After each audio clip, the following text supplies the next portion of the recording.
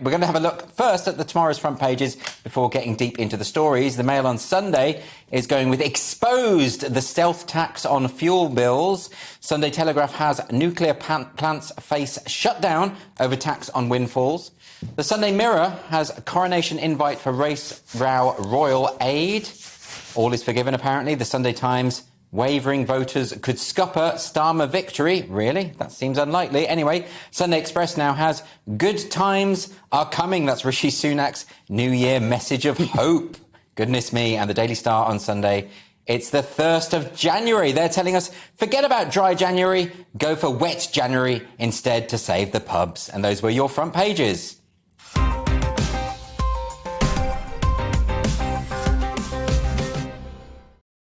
Well, given that front cover from the Daily Star, I've got my champagne here. It is New Year's Eve, and I think we should go with wet January rather than dry January, don't you think, Nick? Yeah. Yeah? And this was on Lewis's rider as well, anyway. So actually, the truth is I'm in carnivore January, or carnivory. It's actually the month of January is just eating meat. I know is that a thing? Well, they got the vegan January thing. Veganuary, yes. Veganuary. And your carnanuary. And we're like, as a protest, we're saying eat meat in January. Yeah, but isn't that that's your diet all the time? It is like my Jordan diet. Peterson, I only eat beef and salt. Yeah, but just for...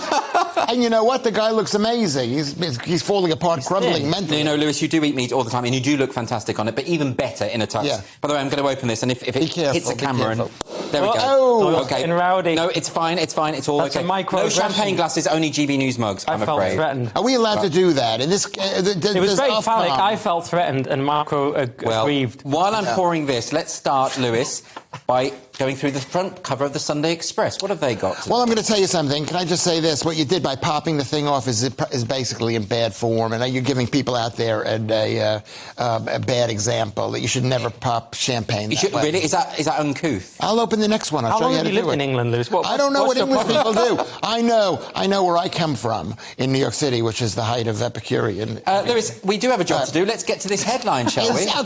How interesting is this? Rishi Sunak, whoever this guy is, he's not going to be around for much longer. And you know he's not going to be around for much longer. It says, you know you're in trouble when you say good times are coming. And that's what he's saying to the people. The people don't give a damn about Ricky. They don't believe Ricky. He's the Prime Minister. You don't even know his name. You're like Joe Biden, who called him Rashid Sunak. Because that is a bold move. You're on a political news show, like whoever this guy is, president of the country, whatever you people Nick, do. Can I ask you about this? Because yes, you better have it. Well, look, the thing is, Rishi Sunak. I'm just going to pass these along, by the way. But Rishi Sunak is in a bit of a bad situation because Rishi Sunak has become Prime Minister at the worst possible time. I mean, is that not fair to say? Because there is a global economic downturn, war in Ukraine. There isn't really a chance that anyone in his position would be able to do anything. So fair play to him, I think, for trying to put together some kind of optimistic message. Don't you think? Yeah, firstly, drinking champagne in a cup reminds me of being at home. This is what I do most days. And secondly, on Rashid Sunak, it's a sort of vague Rishi message of positivity, but I don't really buy into it. I mean, you know, I see what he's going for, but we saw recently with his interaction with the homeless man, I think he did his best, but we saw that he lives in a sort of bubble. Of course, if you're incredibly rich and you're the Prime Minister and that's what you wanted to be and you achieved the top job in the country, you might be quite optimistic. On a macro and on a personal level, I think we can be optimistic that we can try and improve our own lives. I believe in meliorism and self-improvement, but... Of what? I said that just because I knew you didn't know what it meant. And I just Meliorism. No, meliorism, but which, as you said last time, ameliorate is the verb. I understand. It means to improve. It is the potential to improve.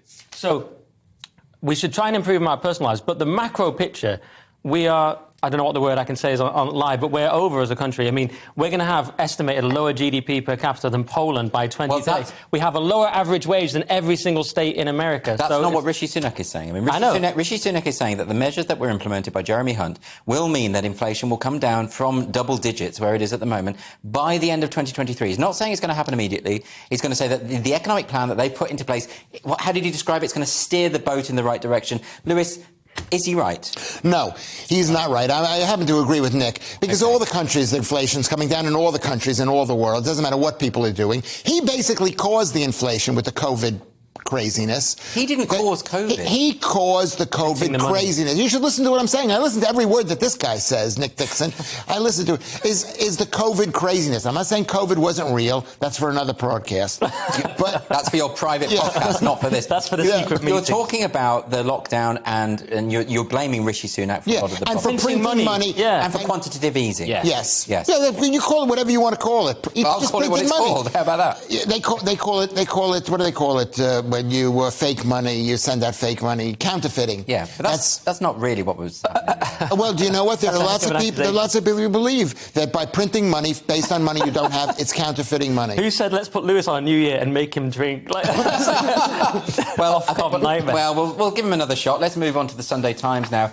This is their New Year's Day front page. Nick, what are they running with? So they've got wavering voters could scupper Starmer victory. I've drank too much.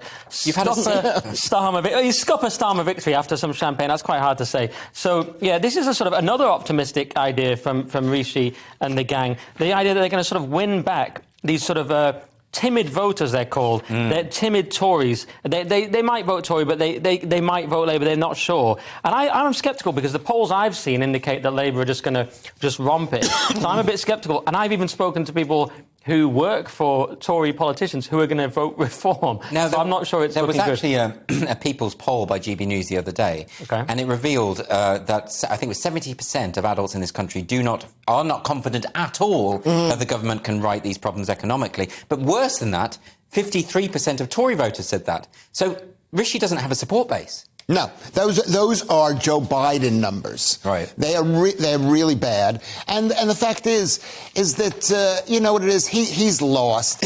I mean, the Tory party lost. They handled the COVID really badly, and they handled Brexit. You say that, Lewis, but you complain about the lockdowns. Labour were calling for even more severe lockdowns. Yeah. So, I mean, economically, we'd be in a worse state if Labour had been in, surely. That doesn't matter. The fact is, in the minds of people, they think that the lockdowns were caused by the Tories. Well, they do, Nick. But then what's the solution to that? To vote in the party that would have made them worse? No. The funny thing in there is Lewis has managed to name the two things the Tories arguably did right, which is the vaccine rollout, whatever you think of it, the logistics of it was sort of impressive. And then getting Brexit done, they're actually only two achievements. Everything else is the problem. The mass immigration, the collapse of the NHS, problems with services, those aren't the reason why they're in economy. such a parlous state. It's because of Partygate. It's because of Pincher. It's because of the scandals. I think a lot of the No. Conservative membership are abandoning because of things like mass immigration, because of the failure to do anything Conservative during 12 years. That's why. Is that why you think they're doing that? That's why many voters are abandoning them. Absolutely. Okay. Can I just say that Nick is right? I didn't know what I was talking about in the last section. You should just preface the whole show with that statement. That's I think the audience knows that. I think they've got the gist, Lewis, to be honest. We're going to move on. That's how I get out of saying, But we're giving homeless people work at New Year. We are, which that's is the very, main very, thing. very benevolent of us. Anyway, we're going to go through to the front page of the Telegraph, Lewis. What have we got there? Well, this is nuclear plants face shutdown over tax windfalls. Right. And it's just interesting. It's like it's like the government says we're going to charge the power companies money for all the money that they made, this windfall tax, whatever this is. Yes. And they come back and they say, no. You can take our money from us, but we won't fix the nuclear power plants, of which there are 5 in this country, and they're all owned by one company, EDF. Is this a good idea, Nick?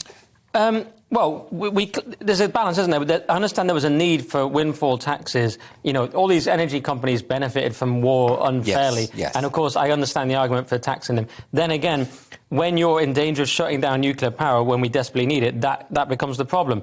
And I must say, it's been an entertaining show so far, but I worry about anyone that's at home on New Year's Eve watching us talk about windfall taxes and nuclear. So I'm worried about doing too much on this story. But anyway, that's the basic. Well, I mean, it's just, we're still here to cover the papers, and we shouldn't criticise people for watching the show. Absolutely. Rather than partying on. No, I think they're great I prefer being here than going out all night. So do I, actually. Yeah. Can I say it's very hot here, that I apologise for saying I didn't know what I was talking about. But I did know what I was talking about. But when it comes to the fact is that, yes, Starmer wanted to shut down everything. The Tories should have given up and let Starmer cut Lewis, down that was the last story. I know. I don't care. But what are you going to do about the nuclear power stations, Lewis? The nuclear power stations this is what happens when you let one company control everything, when you're totally oblivious to the needs of the people. OK, well, that's quite an interesting point of view. Well done, Lewis. No, Yeah. well expressed, Lewis. Well expressed. We're going to finish with the Daily Star. Finish this section at least with the Daily Star front page, Nick. And Finish our careers. and what are they? Well, they're going with this wet January idea, aren't they? This. Yes, it's the thirst of January. Thirst with a TH. A bit like first, Andrew, but it's a play on words. Oh, I see what they did. I didn't understand. Yeah. Thank you for explaining. It's all right. I'm happy to help. And we love this. We love the Daily Star for this reason. They're very, very funny. And what they've done is they've actually got a little token. You remember those old tokens you used to cut out of the Weetabix and stuff like that? They've got a little token that says, Wet January. I, the undersigned, pledge to join the Wet January campaign and do my bit for Britain's struggling pubs by giving Dry January a swerve. I will pop down the boozer on a regular basis this month, even if it's just for some grub and a soft drink, though the odd cheeky pint might not be a bad idea. So they're trying to help Britain's hospitality, because we're going to cover it later, but there's all these people who are saying we're not going to drink, we're going to stay home. This is a new trend to just stay home and not go out. Well, and Sarah's saying, no, get out there and get drunk. Nick, helping the economy, that is very laudable. Yes. But is it not irresponsible for a national newspaper to tell people to drink? And then actually giving up alcohol for the month of January is a really good thing to do for your health. Well, why just give it up for 1 month? And I'll tell you something, this is really bad. We have a huge crisis in Britain. People are unbelievably unhealthy. The levels of gout, which people are not discussing nowadays. They're not discussing gout. They're not discussing gout. Gout is what happens when you drink, especially beer. I thought it was port that gave you gout. No, port does, because it's high in sugar. Port is high in sugar. Yes, port has both of them. There are three things that cause alcohol, purines, which are like dead cells that break down, and sugar. Yes, but fructose. So that you don't agree with the Daily Star's approach to this, that actually we should be encouraging people not to drink, but not just for 1 month. You think that's silly? You think it should be year long? I think we should. No, because then no one would have sex in this country if people stopped. I actually quit drinking for years until I had to work with Lewis.